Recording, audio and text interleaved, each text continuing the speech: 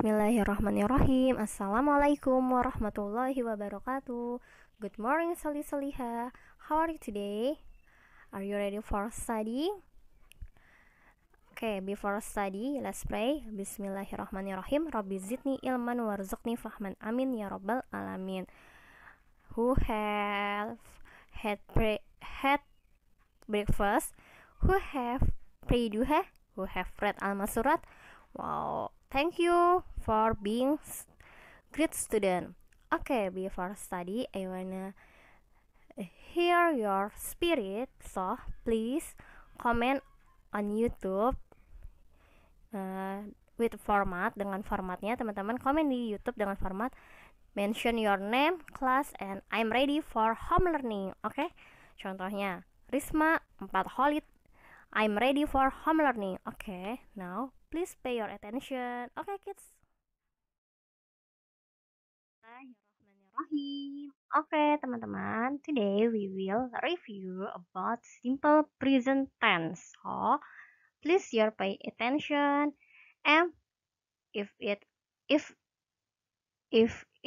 important for you, please write down on your book. Okay? Okay, first, what is simple present? Simple present is used to express activity routine and general truth. For example, in activity routine, they take a shower, they have breakfast, they have toothbrush, they have toothpaste, they get dressed, okay? And for example, for general truth, contoh bentuk kebenaran yang umum. The first, the sky is blue, the sun rises in the east, the sun sets in the west, and any else. The salt is salty, the sugar is sweet. Oke, itu contoh dari general truth ya. Kalau yang tadi they take a shower, itu contoh dari activity rutin. Pastinya teman-teman sudah bisa membedakan ya, mana contoh yang activity rutin, mana contoh yang general truth. Oke. Now we focus on the example of activity routine. Jadi kita hari ini fokus hanya di bukan hari ini ya, sorry. Unit ini fokus di aktivitas rutin. Activity in the morning routine, kegiatan di pagi hari. For example, the checklist is mean positif. Kalau ada tanda checklist berarti artinya positif. Contoh kalimatnya. They brush their teeth.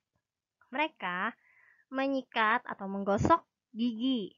Itu contoh yang positif ya, yang ada tanda checklistnya. Kalau negatif or use cross menggunakan tanda silang, contohnya they don't brush their teeth ya.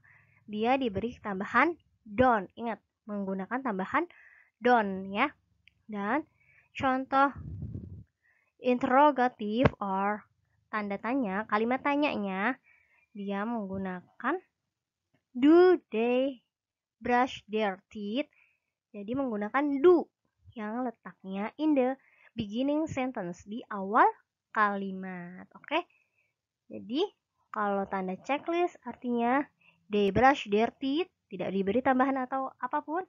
Kalau tanda silang negatif diberi tambahan don't. They don't brush their teeth. Kalau tanda tanya question mark diberi do in the beginning sentence, di awal kalimat. Do they brush their teeth? Dan diakhiri dengan tanda tanya. Oke, kids, understandable?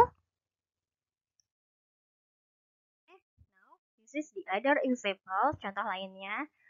Sama ya, masih menggunakan tanda checklist. It's mean positive. They have toothbrush.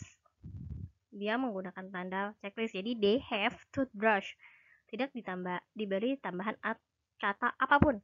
Kalau dikasih tanda silang, if the cross, they don't have toothbrush, diberi kata tanda maksudnya diberi tanda don't, diberi tambahan kata don't, sorry. And for interrogative, do they have toothbrush? Do-nya tetap di awal kalimat. Oke, understandable. Nah, oh iya, have it mean mempunyai, memiliki. Have itu juga termasuk kegiatan, termasuk kata kerja ya, termasuknya verb. Oke, understandable. Now, part of sentence, bagian-bagian kalimat. Ya, pertama the first is subject. Di awal kalimat ada yang namanya subject, yaitu pelaku. Subjek biasanya itu berupa noun, berupa benda. Contohnya I, you, we, they, she, he, names, the teacher, my sister. Ya, contoh subjeknya. Terus ada verb. Verb is mean kegiatan, activity rutin, kegiatan rutin kita. For example, brush, put on, wash, dry, get dressed, take a shower, have a breakfast, contohnya ya. And there is an object. There is an object. Ada yang namanya objek, yaitu benda juga. Tapi bedanya subjek sama objek adalah subjek in the beginning sentence. Subjek itu letaknya di awal kalimat, sedangkan objek terletak di akhir kalimat. Contoh objek misalnya teeth, the shoes, hands. Seperti itu ya, contoh-contoh contoh objek itu berupa benda yang terletak di akhir kalimat. Jadi, kalau ditanya subjek letaknya di mana? Ya, subjek letaknya di awal kalimat, kemudian verb terletak setelah subjek, kemudian ada objek yang letaknya di akhir kalimat atau setelah verb. Oke, teman-teman? Is it clear? Bisa dipahami ya, teman-teman? Oke, now hal-hal yang harus diperhatikan. Pertama itu ada plural dan singular ya. Kalau simple present itu benar-benar harus memperhatikan yang mana plural, yang mana singular. Nah, plural contohnya itu berupa di subjek. Kuncinya itu ada di subjek. Jadi, kalau subjeknya plural, menggunakan verb base, menggunakan kata kerja yang dasar, tidak ditambahkan apa-apa. Seperti yang kita pelajari di unit ini. Jadi kata kerjanya itu menggunakan kata kerja yang dasar, tidak ada tambahan ing, tidak ada tambahan s atau is. Oke? Dan untuk kalimat negatif atau yang diberi tanda silang, dia menggunakan don't. Sedangkan untuk kalimat tanya, interrogatif, menggunakan do. Ya. Terus, sampingnya plural ada singular. Singular it means satu jumlahnya. Nah, kalau subjeknya singular, berarti verb kata kerjanya menggunakan is, ditambahin s contohnya. Terus kalau negatif sentence-nya menggunakan doesn't, dan interrogatifnya menggunakan does. Oke, is it clear? Bisa dipahami ya, teman-teman. Oke, kids, this is the example of sentence using table ya. Contoh kalimat-kalimat yang dalam bentuk tabel ya, table. Ada there is vocabulary, positive sentence, negative sentence, interrogative sentence. Kayak vocabulary the first.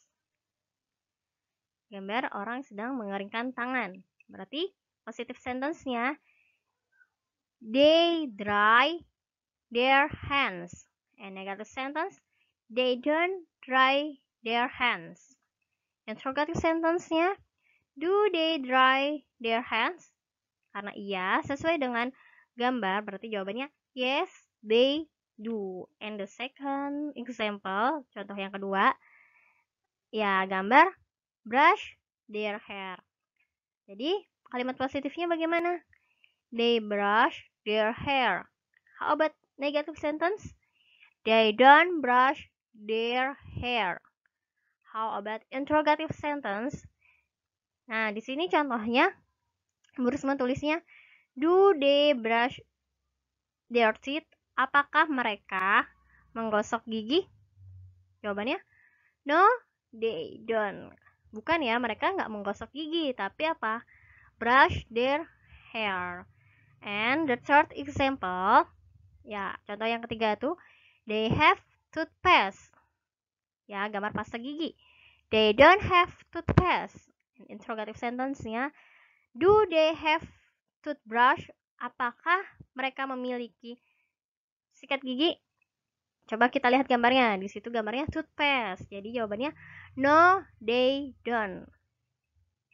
How about fourth? The fourth. They have hairbrush. Do they have hair? Sorry, they don't have hairbrush. Dan kalimat tanyanya, do they have hairbrush? Kalau iya berarti jawabannya kalau sesuai sama gambar dan pertanyaan, jawabnya yes, they do. Oke? Understandable, bisa dipahami ya, teman-teman. Kalau belum paham, teman-teman bisa WA ke Bu Risma. Oke? Kita ke interrogative sentence ya, karena untuk positif dan negatif alhamdulillah teman-teman sudah paham. Sekarang kita ke interrogative sentence ya. Di sini ada vocabulary atau picture, gambarnya itu ada shampoo, terus ada yes or no, question dan response. Ada pertanyaan dan jawabannya. Contohnya vocabulary number 1, shampoo. The sign is cross. It mean no ya, berarti dia tidak memiliki tuh. Jadi pertanyaan apa? Do they have shampoo? No, they don't. Okay.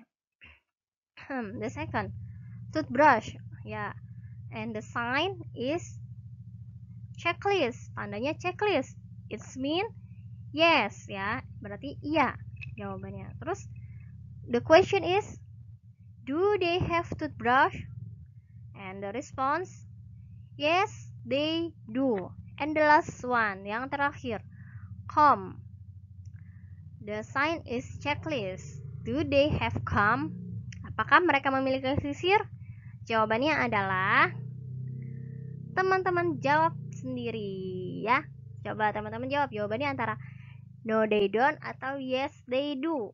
Nanti teman-teman boleh VN atau boleh langsung tulis aja. Oke?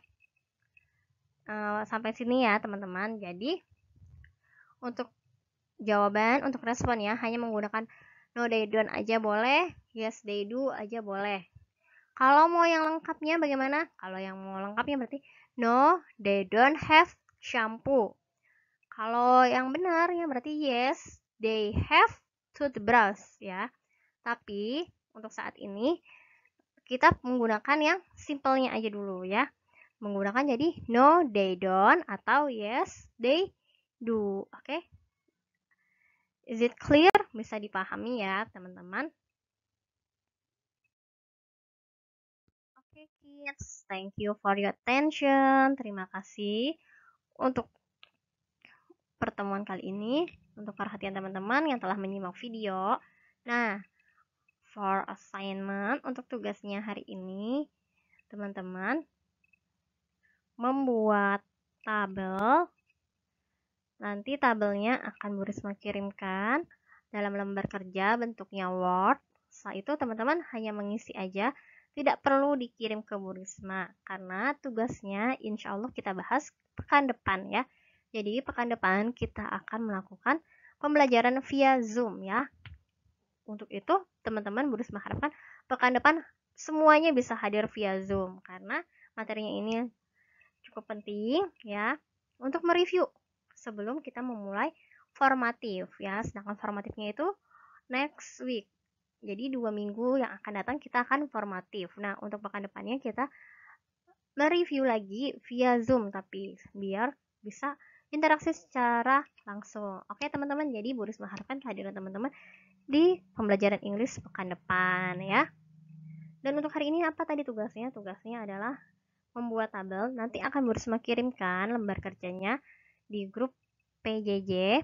So, teman-teman perhatikan apa broadcast yang Bu Risma tulis dan apa perintah yang dituliskan di broadcast atau simak videonya dengan baik-baik sehingga teman-teman bisa mengerjakan soalnya dengan benar. Oke?